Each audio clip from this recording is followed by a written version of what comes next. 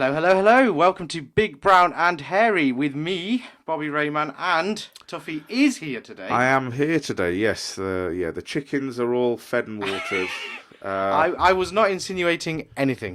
As promised, a bumper episode talking about all of yesterday's games and a roundup of, a preview of tonight's games. Especially one big one. I don't know if you've heard about it. It's England, Scotland or something? There's something in the air. Something, I don't know. Something that Some blonde locked Colin Henry video. I keep on seeing this thing. Yeah, and some slightly podgy midfielder. Enough about me. No, I didn't. Well, No. I'm an out and out poacher. I think that's poacher. Yeah, an egg poacher. Yeah. That's the joke I was going for. Thank you. I'm the egg chaser. Yeah. You're the egg poacher. Yeah. Right, should we get into it instead of ranting on or rambling on? Should we go on to the first game yesterday? I think it was Denmark versus Belgium was first. Yeah. Was that right? I think it was, yeah. First. I think it was, yeah. Bit of a weird game. Literally, I'm bringing out the cliches here, a game of two halves. The first half, I was a bit worried. I want to say this is good stuff, but it is really not. is. It's not. Denmark looked really good from the outset. They looked... That's why I expected. They looked up for it. They looked like they had a rocket up their arse. And... Great start. Great start. It's unfortunate because due to the circumstances in the first game, they would have won that first game. Let's be honest. If they played they were way better than Finland. Yeah. Yeah, absolutely. So I feel a bit, sad for them, but life, unfortunately. They've still got a chance, haven't they? Albeit a very slim one. I mean, who are they playing next? They're playing Austria. No, Austria. Yes. No, they're not. No, they're not. I can't remember who they're playing. How bad's that? Shoddy again. Apologies. This is awful preparation, isn't it? I mean, really? I tried. Finland, Russia. See, that's how much we give a shit. Russia, I think they demolish. I have to say. They should if they've got. I just hope they still Well, Russia won, didn't they? They did, yeah. Which I predicted. I just need to say that. So actually, it might be quite a close game. But if they played like what they did in the first half against Belgium, even in the second half, they had a few chances. Yeah. I think they'll be fine. The high pressure thing was. I just hope that they don't go into that game thinking this is a lost cause and their heads go down and Well, they can go in with. They've got nothing to lose. Yeah, that's what I'm hoping for. I'm hoping that it's that attitude that they go in with. That I hope it's not. We've lost 2 games already. We've had the setback to lose. The third games are always unpredictable in group stages. Yeah, so I hope they go in with that mentality of nothing to lose. The Eriksen factor has galvanised them. That in that sort of first half performance against Belgium. I hope they go into it like that. Yeah.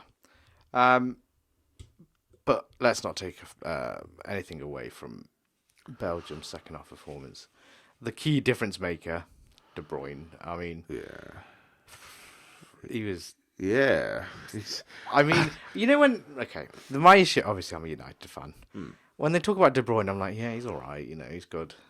But yesterday he's shown he was world class, levels above everyone else, because he makes the difference. I think with he's unselfish, and he makes let's say a 70% chance into a 90% chance, by making that extra pass, because he's got the IQ to do that, the football IQ, which a lot of players don't have, but he's highly intelligent. You can tell.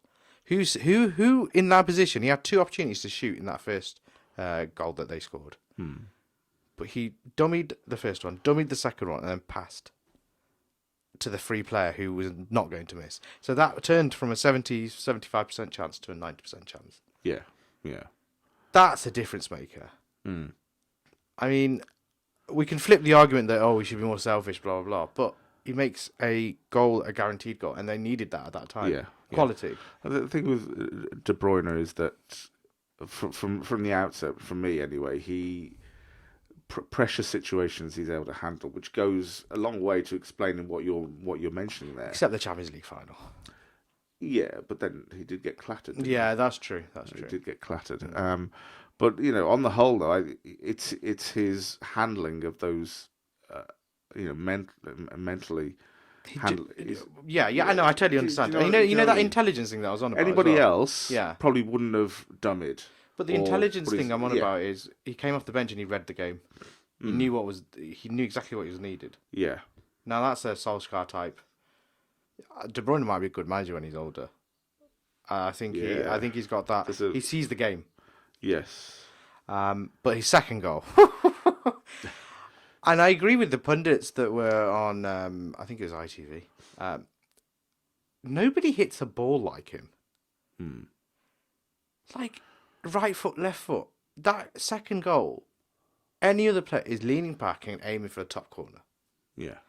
He's doing that grass cutter sort of ping. Yeah. Where he's hitting it hard, where it's difficult for the goalkeeper to... It's like a toe punt. You know that weird... Yeah. I don't know how he strikes the ball. It's like a driver hit. You know how it goes and then goes like... Yeah. It was like that. And, it's timing, isn't it? Timing. I think he just hits the ball so sweetly. If you compare it to like a golf shot, yeah, it's exactly that, isn't it? He's just proficient and perfect timing. It's unbelievably efficient at striking a ball properly, and then assists, and they're the two most important things for me. Yeah, I mean, that second goal, I scream. I'm not a Belgian fan, but I went, oh, that's a beauty. With his, with his left. Yeah. Left or right? I know he's left-footed, isn't he? Sorry. Yeah. But either feet doesn't matter. Either foot. Yeah, that's what makes him so valuable, isn't it? He can play off either. Unreal. Foot. He really stepped up, and that's what you need in a team. A bit of a, Belgians can just throw on. It's not like they haven't got anybody else. We've got an unfit Eden Hazard. Nuts. Lukaku. He looks way better than he did at United. Less fat and played two. We can say this because I'm fat, but he made the difference with those two goals. I mean, he. I know we in previous episodes have said he's a battering ram, but I think he's a little bit. He's a finessed battering ram. I think he's got a bit more purpose to his runs now. It's not just laboured running or anything. He looks powerful. He looks like a bigger Drogba. Yes. Yeah. But very left-footed. Still. Very left-footed. And I still think he's... But it's not bad. When you've got De Bruyne on the pitch, that left foot becomes godlike. I still think his left foot resembles a sandwich. I have to admit. I can't diss him. Yesterday's performance, he was fantastic. Yeah.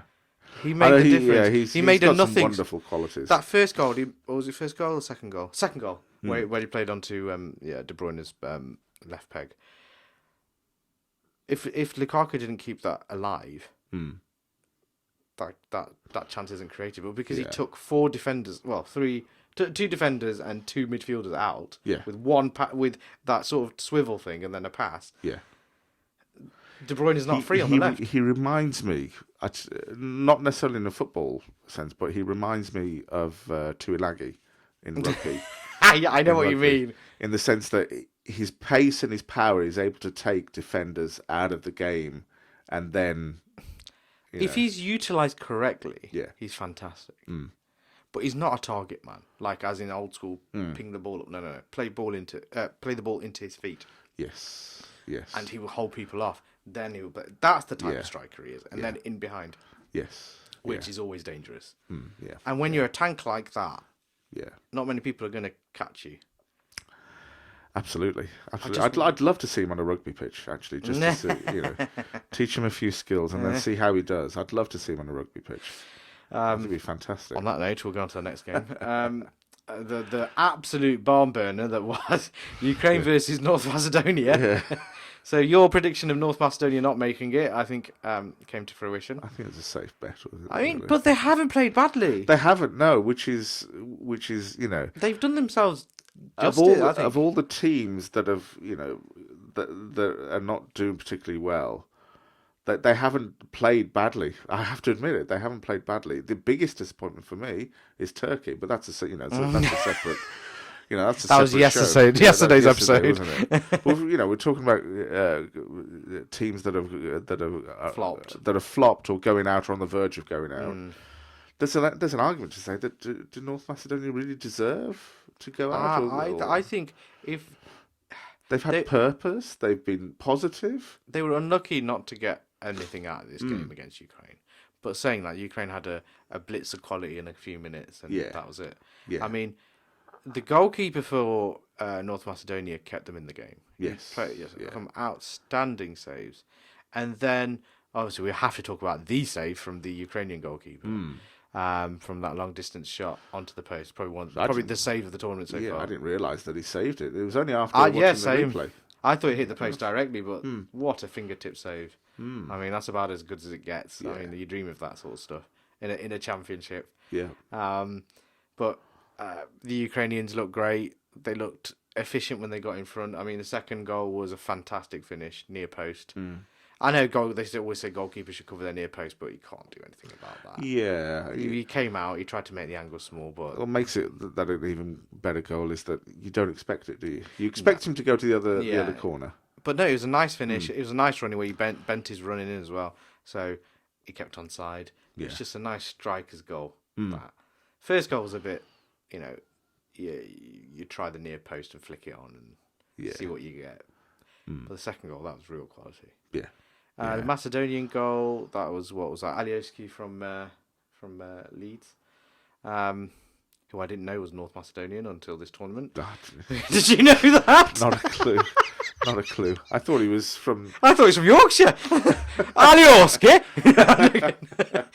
That was a bad impression. I'm so sorry for that. Spends his free time racing whippets. I mean, he does put the North in North Macedonia. Thank you. I'll take that joke. But the penalty was... He hit it hard, but it was at good height, I think, for the goalkeeper to save. Yeah. But then the rebound was pretty impressive to do that sort of half a scissor kick thing. But it's quite funny how four Macedonian players coming in. One of them's going to score. But yeah, they've done themselves. I think they should be proud for a small nation like that. A literal minnow. They were there. They caused teams trouble. Yeah, very much so. Very much so. I mean, they caused Austria trouble in the start. I know the score flattered Austria 3-0. But they've been positive throughout. Their heads haven't dropped. They've been positive throughout. 3-1, not 3-0. They actually scored 2 goals. Yeah, they've scored against more established teams, more established countries. Very unlucky in this game. Yeah. But, it's not as though they've laid down like a San Marino or anything like that. They've scored a couple of goals. They've been positive. They've had purpose. They've been very unlucky. And whilst I did say, it's a safe bet that they're not really going to go through, it is a bit of a shame as well, because I do think that out of all the teams that are on the verge of going out, they've probably deserved to have another shot. I agree with you. Yeah. They'll probably get dumped out if they do. Unfortunately, I think they're one of the two. But, or if they can scrape a win, a 1-0. What a story! 3 points. You can get through with 3-0, but their goal difference isn't brilliant. Yeah, that's the thing that's letting them down. Yeah.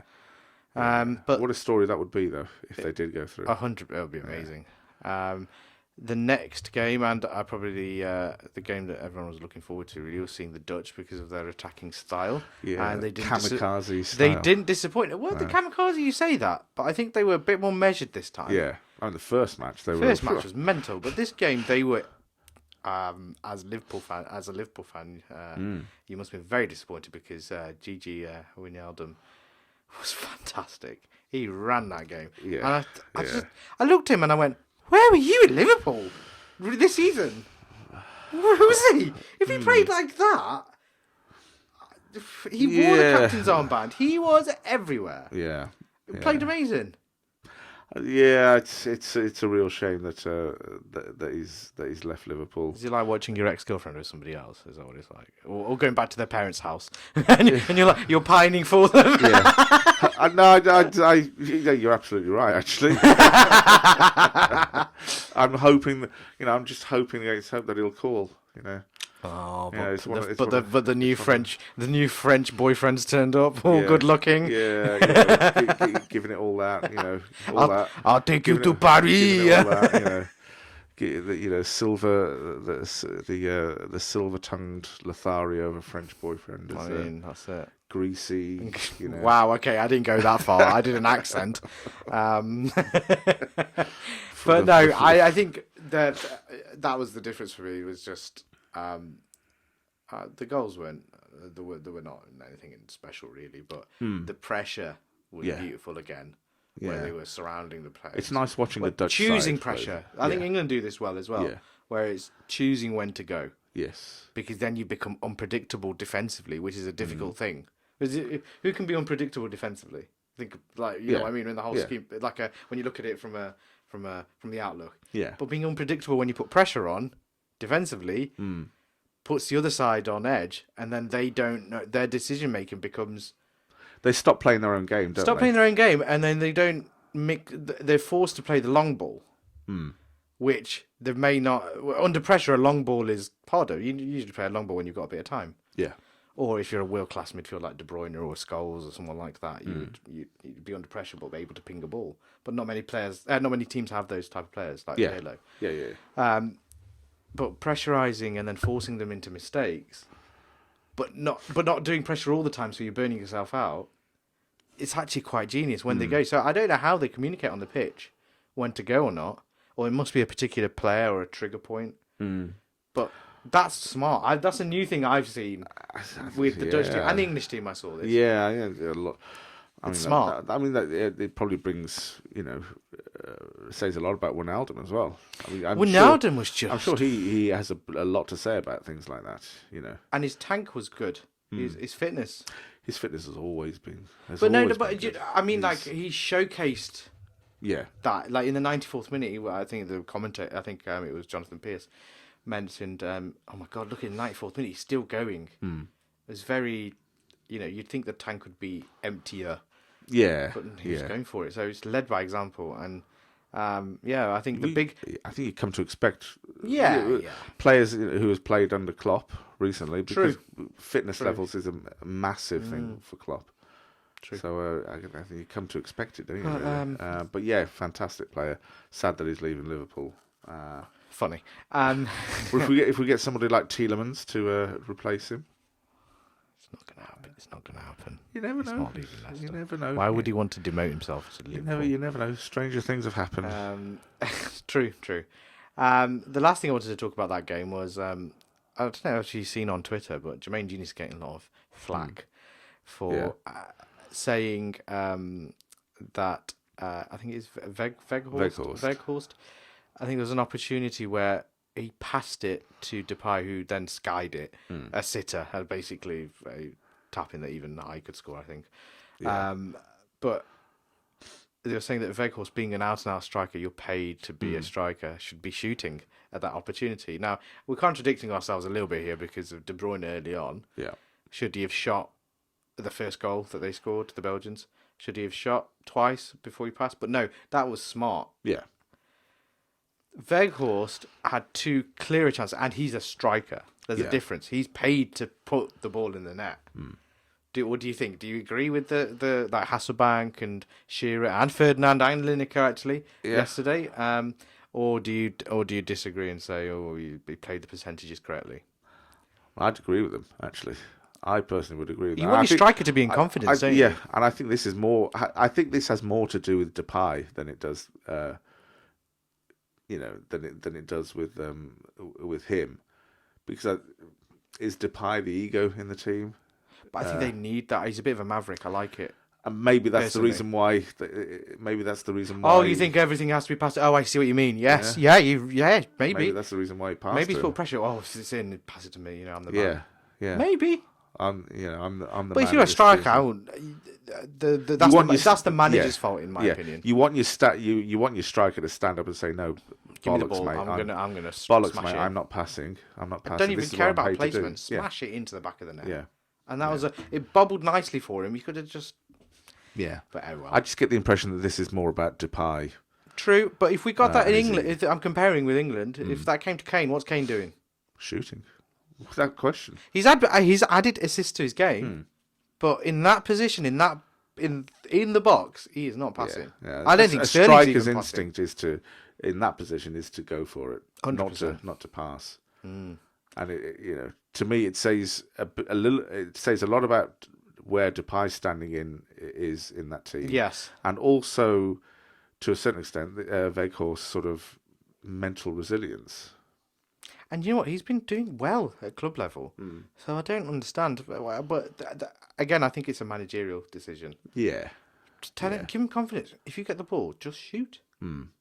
Yeah, But De Boer's a defensive. Well, was a defensive player, wasn't he? So, yeah. So it's going to be. It's weird how that comes out in their managerial careers. Southgate.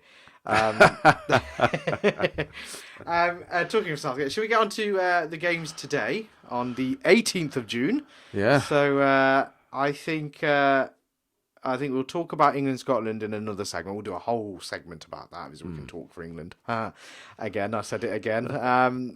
But Sweden Slovakia is the first game today. Slovakia beat Poland in the first round of games. So in the bookies odds, Sweden are favourites against Slovakia after Sweden drawing against Spain. I see another upset. I think Slovakia win. I see it as a bit of an upset as well. Because Sweden didn't have strikers, in my opinion. They had that one guy. I can't remember his name.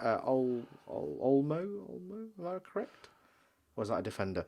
Something Sun. Something. Was it something Sun or something like that? No, it wasn't. No, it was a very short name. I can't remember his name. He was a mixed race chap. I can't remember the top of my head.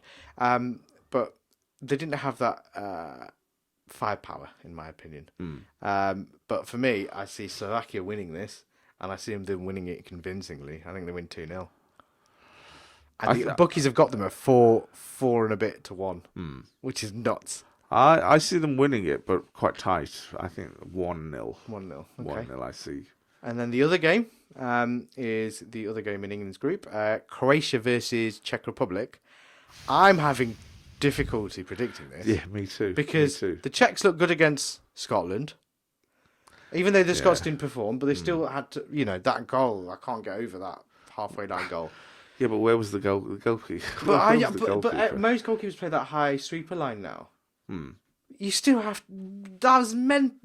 I can't even. The audacity to attempt it. Attempt it, and then to bend it. Oh, it's disgusting. But this is a different game. And going by the tournament, midfields tend to win tournaments. Croatia's midfield is better than Czech Republic. Yeah. So I would go for either a Croatia tight win or a draw, in my opinion. I'm going for a draw in that game. A draw? What, are you going 0-0 or 1-1? 1-1. I'm going... I don't actually know. You know what? It could... In fact, I'm going for either a 1-1 draw or Croatia to nick it. I think Croatia... 2-1. I think Croatia to win. Croatia 2-1. To do a late sort of smash and grab. I think a penalty... And I think who takes penalties? Is it Perisic or Modric? It'll be one of those two. And I see a Perisic goal as well from a cross. Yeah. I think Croatia are very cross-heavy into the box team. Yeah. I don't think the Czech Republic will defend against that. And I think they'll play out a little bit more than they did against Scotland. I think Croatia will be a bit freer because you're not going to... That midfield's decent.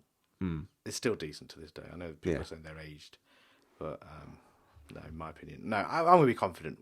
Let's go 1-0. No, 2-1 Croatia. 2-1 Croatia. I'm going for either a 1-1 draw or Croatia to nick it right at the end. Okay. Smash and grab right at the end. Take all the glory. Break Czech hearts.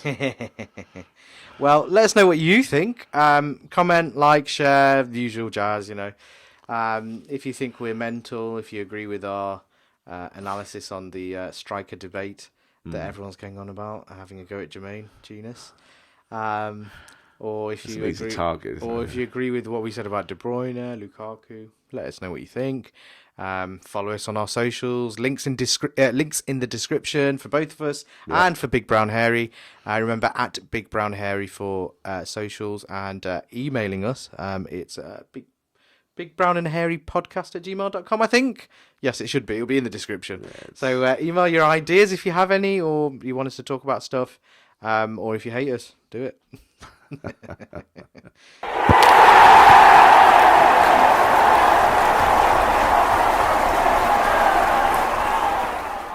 So, a whole segment dedicated to England versus Scotland. It deserves it, though. I mean, it does deserve it, but there's no favouritism here, is there? Or partisan? No partisan behaviour. No favouritism at all. England. None at all. Yeah, England. No partisan behaviour. We're not the Republican Party. We're not. I'm not going to start talking about guns or anything. But back to England versus Scotland. Yes. Okay, the rumours. Have you heard about the rumours? I have, yeah. Tierney and Luke Shaw is the one that I've heard. I've heard Reece James coming in at right back. Sorry, not Tierney. Reece James, beg your pardon. Yes. Sorry. Tierney is coming in for Scotland, that is true. But playing left of the three centre-backs, which is more of the way Scotland have been playing in the qualifiers and of recent times under Steve Clarke. Yes. I really like Tierney.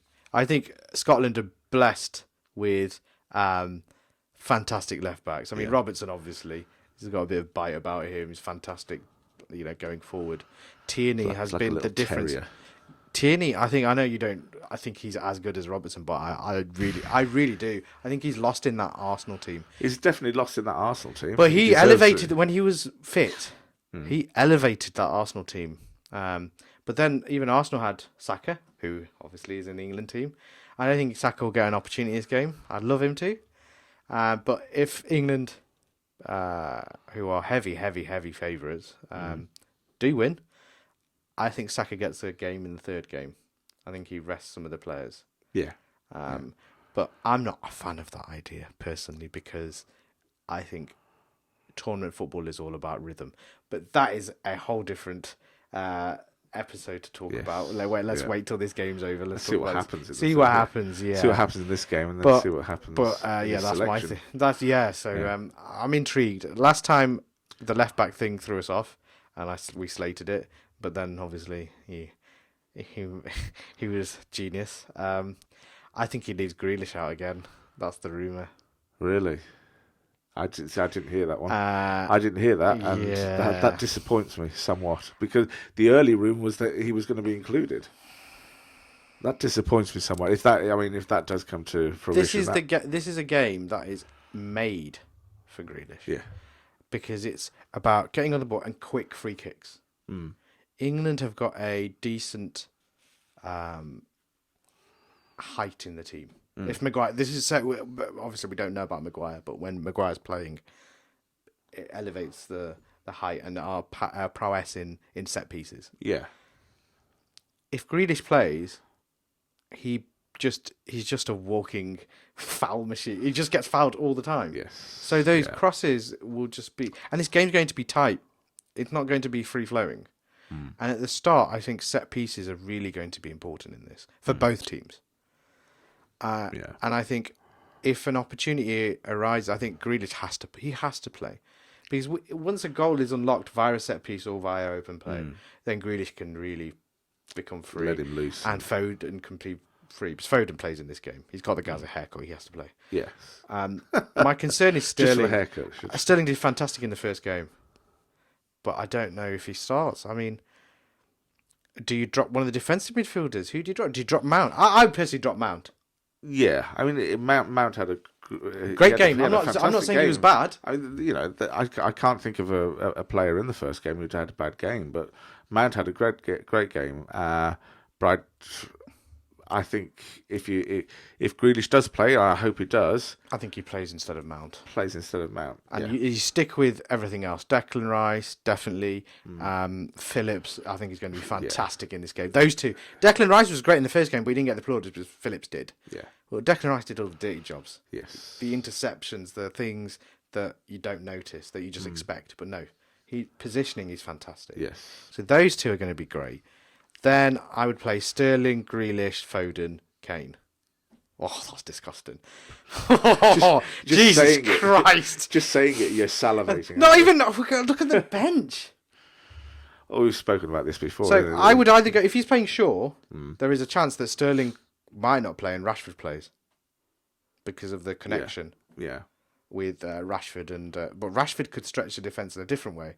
And out of Rashford and Sterling, it's adding a second striker, really, because he's coming in from the left, but Rashford's finishing is brilliant. Top draw, yeah. He's better than what it was. I mean, he's been improving, hasn't he? Yeah. It's disgusting. So if Shaw's playing, I think Maguire plays. I think that Man United connection, he's looking for connections. Yeah. I think he didn't play Shaw in the first game because Maguire wasn't there. Maguire has already come out and said that he's fit enough to play, but it's up to Gareth if he picks me. Yeah. So that's absurd. Gareth's a pragmatist, isn't he? He's a... For this game, you need... I'm sorry, Scott. You haven't got pace up front. We need a battering ram in the back. And Mings could do it, but I think the occasion and the feistiness might not be something that he could handle. I don't know. I think Maguire's he's a bit bigger. He's going to get that first ball. He's slabhead, isn't he? You see what I mean? Yeah. But I mean, Mings did fantastic. I'm not slagging off his first performance, but I think Maguire's suited to this game. And I think with Shaw, that would be a bit more balanced for me. Yeah, I just don't see it happening because of Southgate. Probably because of Southgate. And it's not taking anything away from him. He tactically he got it right in the first game. But I just think because he's that pragmatist, he sort of hedges his bets to a certain extent. I don't think he's going to risk Maguire in this game. I think possibly it's in the third imperative game. because if we lose this game, all the pressure is on this third game. I think he wants to nip this in the bud. Want to be... this is a banana skin and a half. Yeah, for me, I'd want to do that as well. Just try and get qualification through to the next round, done and dusted early, as quickly as possible. But I just get the impression that with Southgate,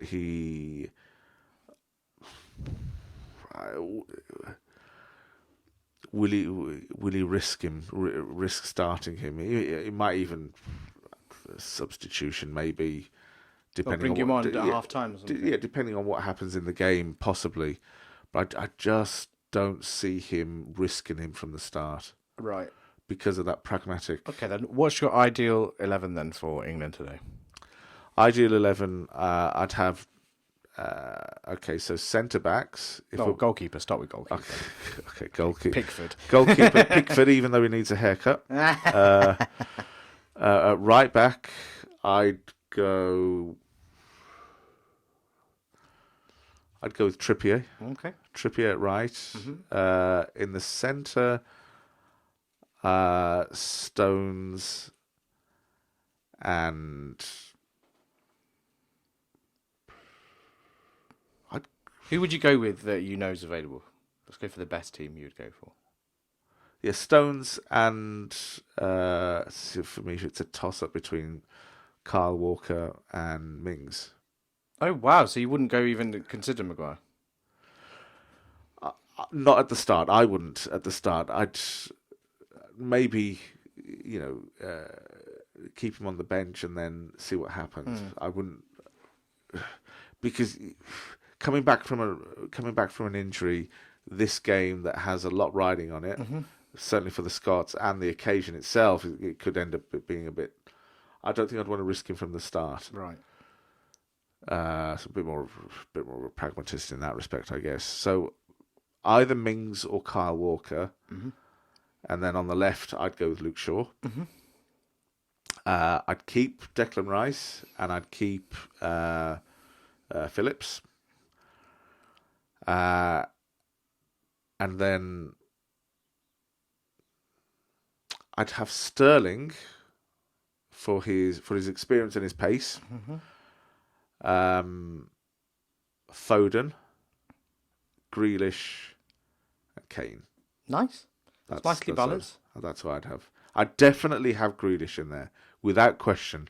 In fact, it'd be along with Phillips, they'd be the first two names on the. Wow, Phillips has gone up your estimations that much. Very much so. Very much so. Wow. I think he had a phenomenal game in the first game. That's about as good as it gets. Yeah, absolutely phenomenal. Revelation, that guy. Yeah, see. I'm saying this, but I did give him plaudits on this first episode. You can go back and watch it. I gave him plaudits. He went, Phillips. Remember his reaction? Remember Tuffy's reaction? He gave me stick for it, and look at him now. Look at him now. No stick for it. There was no stick. Look at him now, giving him plaudits. Oh, Phillips. Massaging him. But no, my team, Pickford, obviously.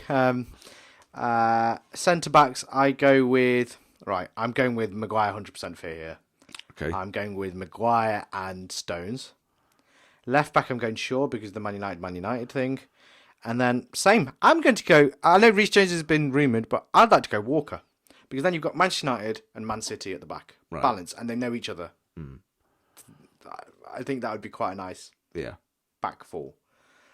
Declan Rice, Calvin Phillips, undroppable. Both of them. Kane, obviously, up front. We don't even need to discuss that.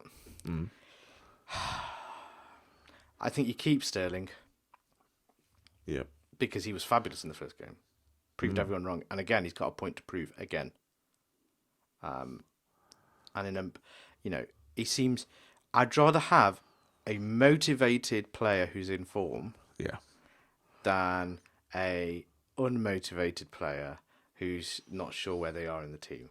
So with Sterling, even though at club level he's not been, Pep's been a bit harsh, I think. Well, the rumour has it is that he's on his way out. Sterling. That's mad. Maybe that's the reason why he's got something to prove. Every match, really, he's got something to prove now, hasn't he? I'll start with Sterling. I think Rashford on the bench again, which is mad to say, but there we go. Grealish, yes. Yeah. And Foden. So I've kept the same top four, but I think the back four. Only changing one position technically. Yeah. Trippier in for Shaw in for Trippier. Yeah. And just shifting. Shifting Walker across to the right. Yeah, across the right, which is his natural position. And the only reason I've gone for him as well, he's a bit more defensively minded. Now, Walker can be replaced with James quite easily if you're thinking more attacking. Yeah. Which might be the case because you might be doing the midfield squeeze that Gareth likes, we've seen in the first game. Yep. And if that's the case, then right back against left back, the left back is Robertson, who's a bit more attack minded. Yeah. So you go with Walker. Yes. Who's going to handle that because he's played against him. James, not so much. But James has got pace, but Robertson's got pace. I would go with Walker because of experience. Yeah. And a bit more height. Yeah. So when it comes to crosses, with the Scots are going to be putting the ball in that box. The only thing concerning me is the formation, which the Scots are playing, which is a 3-5-2 or a 5-3-2, whatever you want to call it. The two wing backs. Now, if we go like for like, then obviously the squad changes. Then we're adding another centre back, aren't we? Yeah. So but then you could, if you're playing Walker, he could double up, really, couldn't he? So Walker with Stones and Maguire, Shaw as the left wing back, James as the right wing back. Then that would make sense. Yeah. So with the rumours about James, we might be going like for like on formation. Phillips and Rice, Grealish, Sterling, Foden, that's all the same. But we might be just switching around that. Is that right? Have I done it right? No, is that one? Is that one too many? Have I added an extra player? I think that's one too many. You might be taking one of the defensive midfielders off then. Which would be a shame. But then, actually, no. If you're going to have three centre backs and then two wing backs, then I hope he doesn't. I hope he doesn't. I hope he plays 4-5-1. Yeah. Rather than a 3-5-2. But with this England team, it's easily. Well, we talked about this, didn't we? He's got so many options that he could pick. He could pick a team based on who he's playing. The only issue I have with 3-5-2 yes, you've got more centre backs, but it does expose you on the wide angles. Even though those wing backs get back, going forward, you don't have that. You don't have that extra player going forward. Yeah. And I hope we don't match them. I hope we use that formation later on with a bigger team. Because I think our pace could kill on the counter attack with that system, and having 3 back gives you that extra. Yeah. But having Declan Rice in front of the defenders is just as good as the 3 defenders, in my opinion. Yeah, very much so. Very much so. But if you want to go uber conservative, you could have 3 with Declan Rice covering them as well. But that's for a bigger team where you need to, flood the midfield. Yeah. Against Scotland, with all due respect, they're not these days a top tier team. Yeah. But this game is a derby.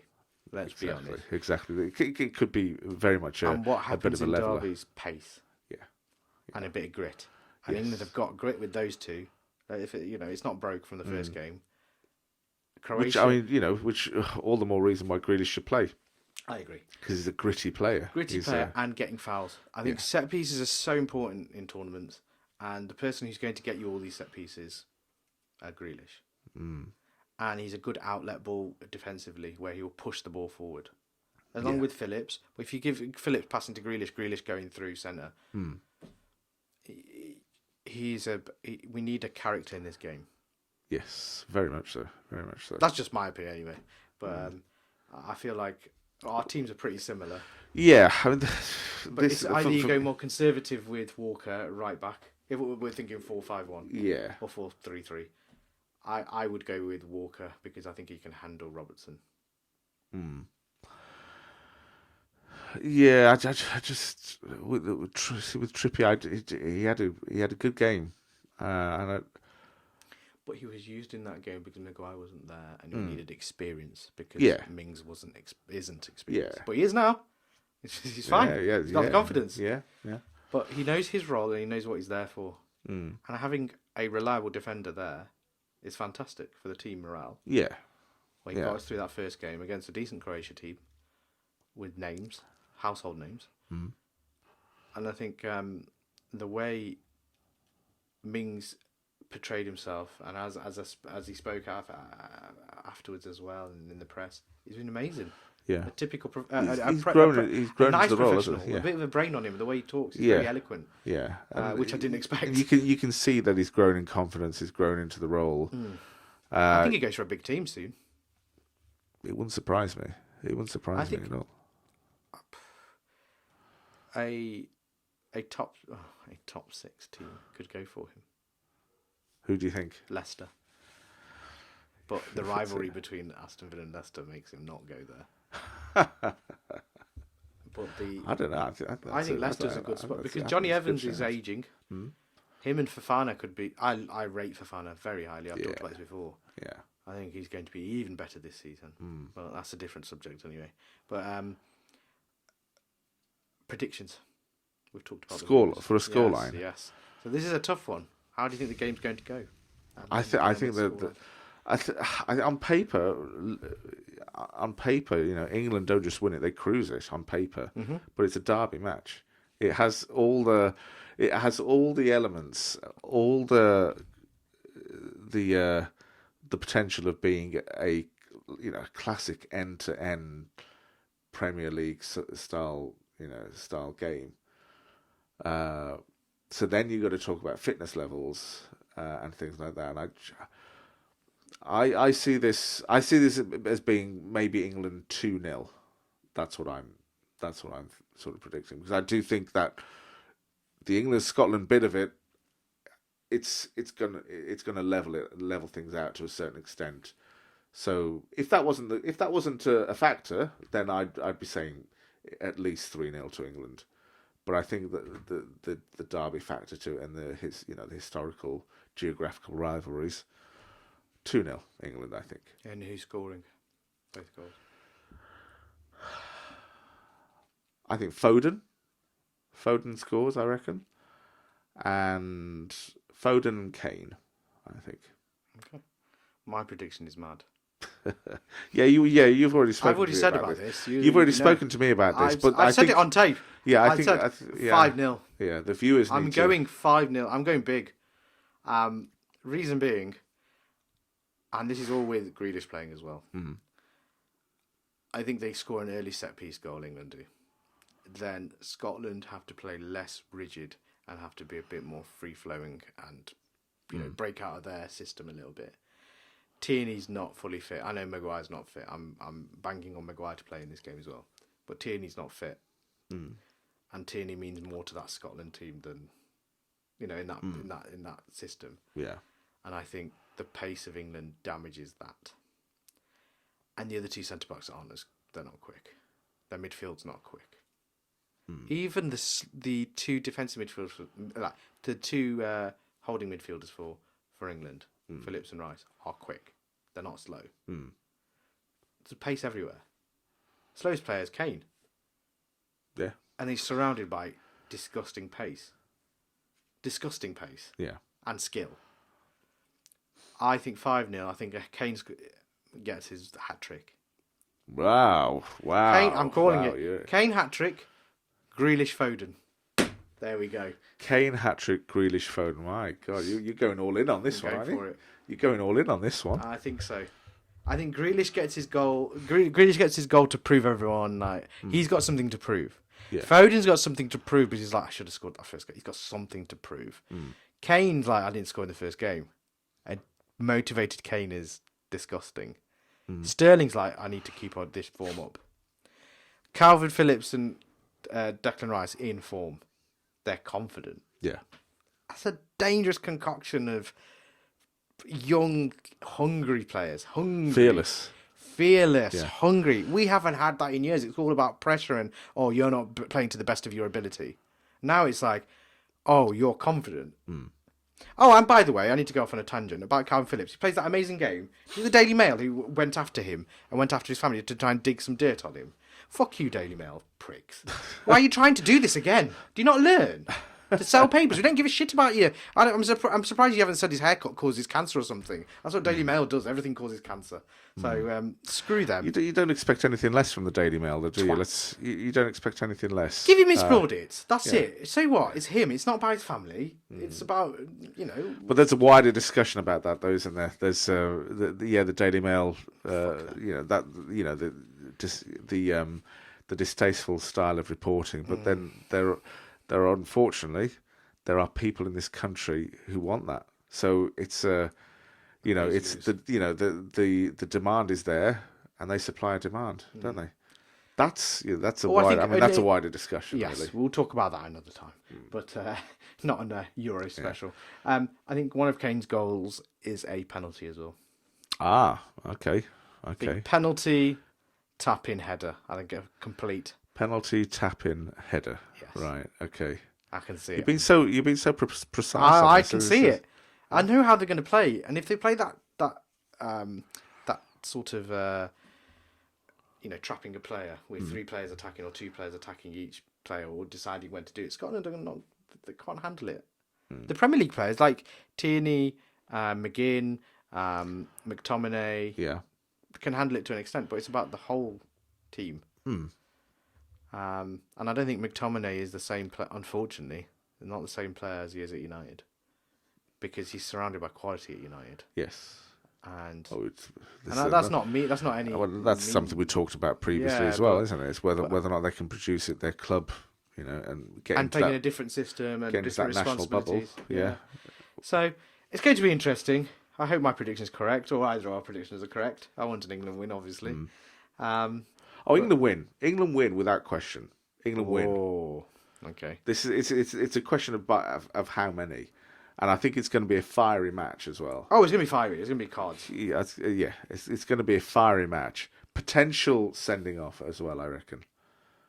On the Scottish side. Scottish side. You said it on the Scottish side. But yes, let us know what you think. Maybe even a Glaswegian handshake. Or is that what they call it? No, they call it a Glasgow kiss, don't they? Glasgow kiss, sorry, yes. Maybe even one of those. Okay. We got onto headbutts. So let us know what you think. Let us know your predictions before the game if you get a chance, or if you're watching this afterwards, if you think we're mental. You can laugh at us if we're wrong, or when I'm inevitably correct. Please do give me my plaudits.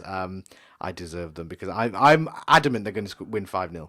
I'm adamant. It's an England win all the way. It's a question of how many. It's a question of how many yellow cards, how many red cards.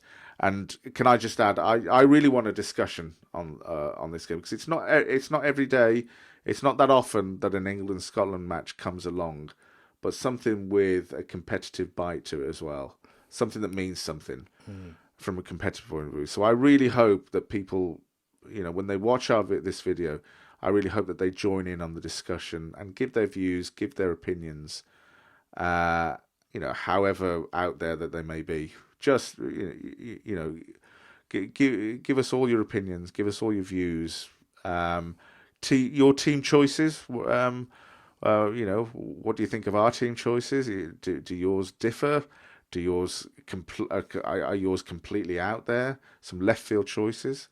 I want a real discussion on this one. I want to know about your failed accumulators as well. I'm intrigued to see what random bets you've had. Because today is going to be a bet-heavy day. Obviously, England I think playing. so. Yeah. So it's going to be how many goals are England going to win by?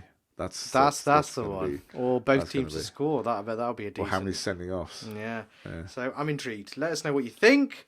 Obviously, like I've said in the previous segment, all our socials are in our description. Well, description of this video. If you want to tweet Tuffy, you'll see his little name prop up on the screen, and if you want to follow me, likewise. Our